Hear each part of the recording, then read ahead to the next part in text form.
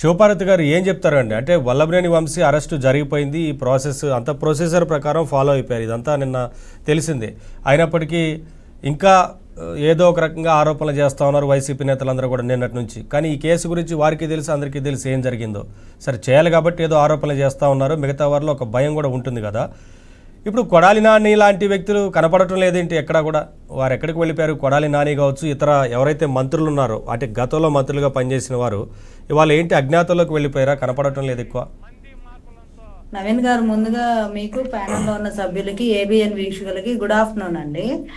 కొడాలి నాని గారు ఇప్పుడు కాదు కనపడకపోవడం, ఎలక్షన్ అయిపోయిన రోజే రిజల్ట్ రోజే ఫస్ట్ 2 రౌండ్స్ తర్వాత నుంచి వెళ్ళిపోయాడు ఆయన అనుచరులతోటి. అప్పటి నుంచే కనపడటం మానేశాడు. తర్వాత అడప ఏదో కొంచెం నేనున్నానంటూ, నన్ను గుర్తించండి అంటూ కొన్ని రోజులు అప్పుడప్పుడు సౌండ్ చేశాడు. కానీ తర్వాత అసలు మొత్తానికి అజ్ఞాతంలోకి వెళ్ళిపోయాడు. ఎందుకు వెళ్ళిపోయాడు అనేది వాళ్ళకి బాగా తెలుసు. కౌంటింగ్ రోజు నుంచే పోయినట్టున్నాడు కదా కేంద్రం నుంచి, అప్పటికప్పుడే సెకండ్ రౌండ్ నుంచే.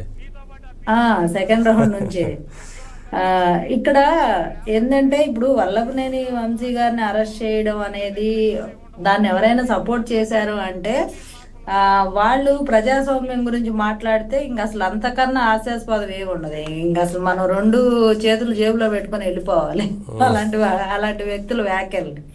ఎందుకంటే వంశీ గారి కేసు ఇప్పుడు కాదు, ఇప్పుడు ఆయన టీడీపీ ఆఫీస్ మీద దాడి చేసినప్పుడు ఇది కేసు. అప్పటి నుంచి జరుగుతా కోర్టులో వాయిదాల మీద వాయిదాలు జరుగుతూ ఉంది. సో ఈయన మధ్యలో కొన్ని అపోహలు కూడా వినిపించాయి. రెడ్ బుక్ అన్నారు, ఏమన్నారు, ఏమి లేవు. మీరే చాలాసార్లు లైవ్ లో చాలాసార్లు అడిగారు, ఏంటి వదిలేస్తున్నారా, ఏంటి వాళ్ళ మీద విచారణ చెయ్యరా, వాళ్ళు అలా వదిలేశారు ఏంటి అని కూడా మీరు కూడా ఒకసారి ప్రస్తావించారు, 1-2 సార్లు. సో చట్టం తన పని తను చేసుకుపోతుందండి, మేము కక్షపూరిత రాజకీయాలు చెయ్యం, ఆ టైం వచ్చినప్పుడు అన్నీ అవుతాయి, అది విచారణలో భాగంగా జరగాల్సిందే. కానీ ఉన్న పడంగా జగన్మోహన్ రెడ్డి గారు నైట్ ఎత్తినట్టు RRRని మనం అట్లా ఎత్తలేము. చంద్రబాబు నాయుడు గారిని కనీసం దానిలో పేరు కూడా లేకుండా ఆయన అసలు ఎలాంటి విచారణలో ఆయన నేమ్ కూడా లేకుండా అరెస్ట్ చేశారు. అసలు అరెస్ట్కి సంబంధించిన లిస్టులో, ఆ రిపోర్ట్లో, పోలీసు ఇచ్చిన రిపోర్ట్లో అట్లీస్ట్ ఆయన పేరు కూడా లేదు. సో అట్లాంటి సిచ్యువేషన్స్ లో మనం చెయ్యాలి, అలాంటి సిచ్యువేషన్స్ బేస్ చేసుకొని మనం అరెస్టులు చేయాలి అంటే అది కంప్లీట్ గా, అంటే ఇప్పుడు వరకు ప్రజాస్వామ్య విలువల గురించి చెప్పి వాటిని మళ్ళీ తొంగలో తొక్కే పరిస్థితుల్లో ఎన్డీఏ లేదు ఎట్టి పరిస్థితుల్లో. అందుకోసమే మనం విచారణ జరుగుతున్న ప్రాసెస్ ని బట్టే యాక్షన్స్ తీసుకోవడం జరుగుతుంది. అయితే వంశీ గారు ఏంటంటే తనకు పోయి తనే తీసుకున్నట్టు, అంటే మొత్తానికి ఒక స్ట్రాటజికల్ ప్లే చేశారు. ఏమంటే టీడీపీ ఎన్డీఏ కూటమి టీడీపీ వాళ్ళతోటి రాయబారం చేసి వంశీని అరెస్ట్ చేయరు, ఎవరో కాపాడుతున్నారు, ఎవరో ఒక ఆయన మధ్యవర్తం చేశాడు, వంశీ జోలికి రావద్దు, నాని జోలికి రావద్దు అని చెప్పి ఇట్లా రకరకాల స్పెక్యులేషన్స్ వీళ్ళే జనాల్లోకి పంపించారు. స్పెక్యులేషన్స్ పంపించడం వల్ల అది స్ట్రాటజికల్ గా ఒక దాడి అనమాట. ఆ స్పెక్యులేషన్స్ పంపించి ఈలోపు జాప్యం జరుగుతూ ఉంటే జనం ఏమనుకుంటారు, అవును కావాలా, నిజమే, ఇలాంటి ఏదో జరిగి ఉంటుంది, అందుకే అతని మీద ఎలాంటి యాక్షన్ తీసుకోలే, అప్పుడు ఎలక్షన్ ముందు రెడ్ బుక్ అన్నారు, అందరి పేర్లు ఉన్నాయి అన్నారు, ఇప్పుడు ఏం లేదు అని జనాలు అనుకోవాలి. ఒక స్ట్రాటజికల్ గా అదొక ట్రిక్ ప్లే, ఒక అపోహ క్రియేట్ చేయబోయారు. చేశారు. కొంతమంది ఆ ట్రాప్ లో కూడా పడి ఏంది కూటమి తీసుకోవట్లేదు, అంతా లాలూచి పడ్డారు, అందరు లోపాయకారిగా ఒప్పందాలు పెట్టుకొని వదిలేశారు, డామ్ అని అన్నారు కూడా చాలా మంది.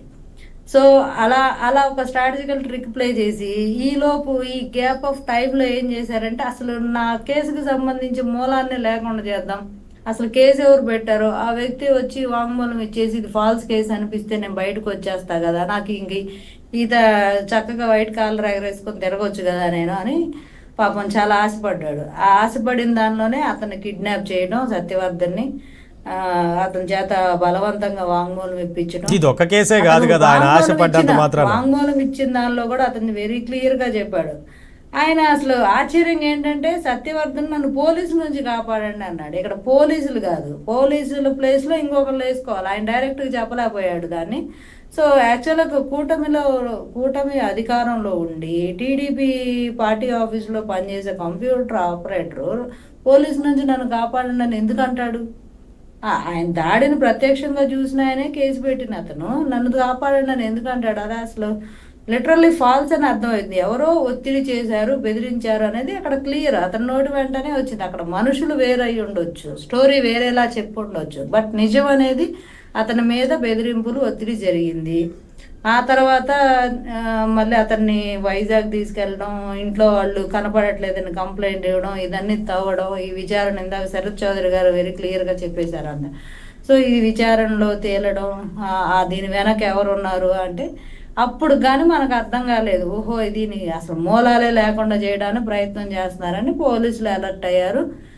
ఇక ఎవరైతే పాత్రధారులు దొరికిన సూత్రధారి ఉన్నాడు కదా, సూత్రధారి ఎవరు అనేది కానీ ఇక్కడ ఒకటండి శివపార్వతి గారు, ఇప్పుడు వైసీపీ అధికారులు ఉన్నప్పుడు రెచ్చిపోయారు, అక్రమాలు చేశారంటే వాళ్ళు చూస్తూ ఊరుకున్నారు, వాళ్ళ పోలీసులు వాళ్ళ సహకరించారనుకోవడానికి ఉంది.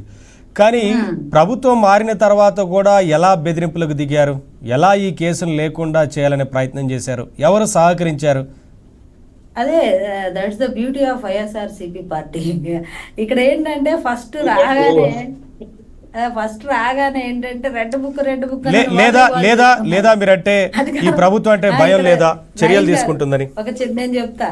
వాళ్ళు అధికారంలో రాగానే గతంలో వాళ్ళు ఏం చేశారో మనల్ని ఎట్టాగా చేస్తారు, తోలు తీస్తారు, అన్నం తీసుకెళ్ళి లోపలేస్తారని భయంతో ఫస్ట్ వాళ్ళే రెడ్ బుక్ కక్ష సాధింపు అని వాళ్ళే టామ్ చేసుకున్నారు. దాంతో మేము ఎట్లాంటి కక్ష సాధింపులు చెయ్యము, చట్టం తన పని తాను చేసుకుపోతుందని ఎప్పుడైతే ఎన్డీఏ స్టేట్మెంట్ ఇచ్చిందో అమ్మ రిలాక్స్ అయిపోయారు. ఇంకా సరే మన జోలు రాదే.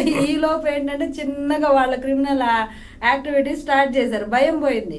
ఫస్ట్ భయపడ్డారు, తర్వాత చిన్నగా ఇక రెగ్యులర్గా వాళ్ళు దానిలో నుంచి బయటకు వచ్చి ఇంక మనల్ని ఏం చేయరు, మనం ఎంతకు ముందులాగా మనం ఫ్రీగా ఉండొచ్చు, ఇప్పుడు వాళ్ళున్న మందే రాజ్యం అనుకొని కొంచెం జులుం విదిలించారనమాట. సో దాంతో వీళ్ళు ఇచ్చిన అతి మంచితనం అంటారు కదా, దాన్ని అతి మంచితనాన్ని మిస్యూజ్ చేసుకున్నారనే అనుకోవచ్చు.